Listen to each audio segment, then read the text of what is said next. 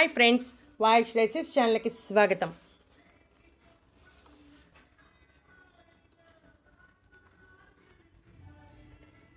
ఒక గ్లాసు మీ శరీరంలో రక్తాన్ని ఎంతలా తయారు చేస్తాయి అంటే జీవితంలో రక్తహీనత సమస్య అనేది ఉండదు। శరీరంలో తగినంత రక్తం లేకపోవడాన్ని రక్తహీనత సమస్య అని అంటారు। రక్తహీనతను ఎనిమియా అని కూడా పిలుస్తారు। శరీరంలో తగినంత ఆరోగ్యకరమైన ఎర్ర రక్త కణాలు లేదా హిమోగ్లోబిన్ లేనప్పుడు రక్తహీనత సమస్య వస్తుంది।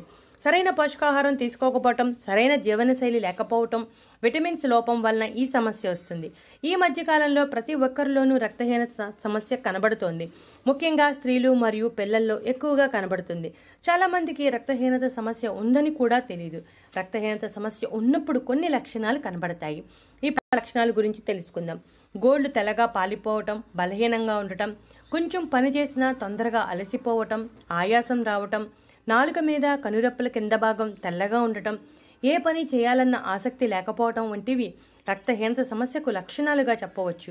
ఈ సమస్య తక్కువగా ఉన్నప్పుడు మనం ఇంటి చిట్కాల ద్వారా ఆ సమస్య నుంచి బయటపడవచ్చు। అదే సమస్య తీవ్రంగా ఉన్నప్పుడు డాక్టర్ దగ్గరికి వెళ్లి డాక్టర్ చెప్పిన విధంగా టాబ్లెట్స్ వాడుతూ ఈ రెమెడీని ఫాలో అయితే తొందరగా రక్తహీనత సమస్య నుంచి బయటపడవచ్చు। ఇప్పుడు మనం ఒక జ్యూస్ తయారు చేసుకుంటున్నాం। ఈ జ్యూస్లో ఒక అరకప్పు బీట్రూట్ ముక్కలు ఉడికించినవి తీసుకున్నాం। బీట్రూట్లో ఐరన్, విటమిన్ సి సమృద్ధిగా ఉంటుంది।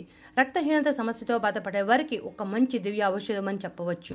శరీరంలో ఎర్ర రక్త కణాలను రిపేర్ చేయడానికి, తిరిగి క్రియాశీలం చేయడానికి బీట్రూట్ సహాయపడుతుంది। శరీరంలో అన్ని భాగాలకు ఆక్సిజన్ సరఫరాను బాగా పెంచుతుంది। ఇక రెండో ఇంగ్రీడియంట్ అరకప్పు క్యారెట్ ముక్కలు, వీటిని కూడా ఉడికించి తీసుకున్నాం। మన శరీరానికి అత్యంత అవసరమైన 12 ఖనిజాలు క్యారెట్లో ఉంటాయి। మనలో చాలామంది క్యారెట్ని కూరగా తినడానికి ఇష్టపడరు। క్యారెట్లో రక్తహీనతను పోగొట్టే లక్షణాలు ఉన్నాయి। ఒక దివ్య ఔషధంగా పనిచేస్తుందని చెప్పవచ్చు। క్యారెట్లో ఐరన్ సమృద్ధిగా ఉండటం వలన రక్తహీనత సమస్యను తగ్గిస్తుంది। దీనిలో కొంచెం నీటిని పోసి పేస్ట్గా, జ్యూస్గా మిక్సీ చేసుకోవాలి। చూసారుగా మిక్సీ చేసుకున్నాం। దీనిలో అరచెక్క నిమ్మరసాన్ని కలపాలి। నిమ్మరసంలో విటమిన్ సి సమృద్ధిగా ఉండటం వలన శరీరంలో రక్తహీనత లేకుండా రోగ నిరోధక శక్తి బాగా పెరిగేలా చేసి లోపల నుంచి బలోపేతం చేస్తుంది। అంతేకాకుండా విటమిన్ సి ఇనుమును గ్రహించడంలో చాలా ఎఫెక్టివ్గా పనిచేస్తుంది। దాంతో రక్తహీనత సమస్య తగ్గుతుంది। ఇక ఆ తర్వాత ఒక స్పూన్ బెల్లాన్ని వేయాలి। బెల్లంలో ఇనుము మరియు ఫోలేట్ సమృద్ధిగా ఉంటాయి। ఇవి రక్తహీనత నివారించడానికి సహాయపడతాయి। ఎర్ర రక్త కణాల సాధారణ స్థాయిని నిర్వహించేలా చేస్తుంది। గర్భిణీ స్త్రీలకు చాలా ప్రయోజనకరంగా ఉంటుంది। ఎర్ర రక్త కణాలు సాధారణ స్థాయిలో నిర్వహణ జరిగేలా చేస్తుంది। అంతేకాకుండా శరీరానికి తక్షణ శక్తిని అందిస్తుంది। ఇప్పుడు మనం జ్యూస్ తయారు చేసేసుకున్నాం। ఈ జ్యూస్ని ఒక గ్లాసులో పోసుకుని ప్రతిరోజు తాగుతూ ఉంటే ఒక 10 రోజులు తాగేటప్పటికి మీలో తేడా కనబడుతుంది।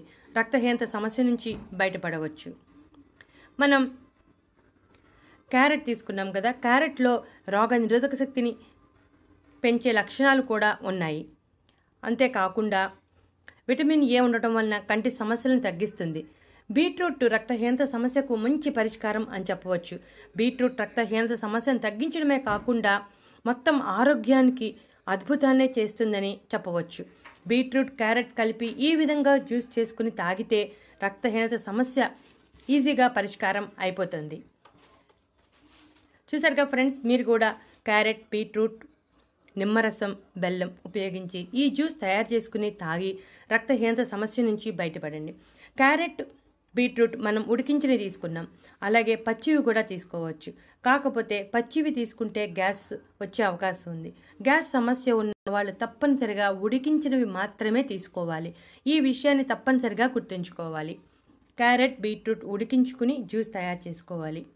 గ్యాస్ సమస్య లేని వారు పచ్చివి కూడా జ్యూస్ చేసుకుని తీసుకోవచ్చు। చూసారుగా ఫ్రెండ్స్, ఈ వీడియో మీకు నచ్చితే లైక్ కొట్టండి।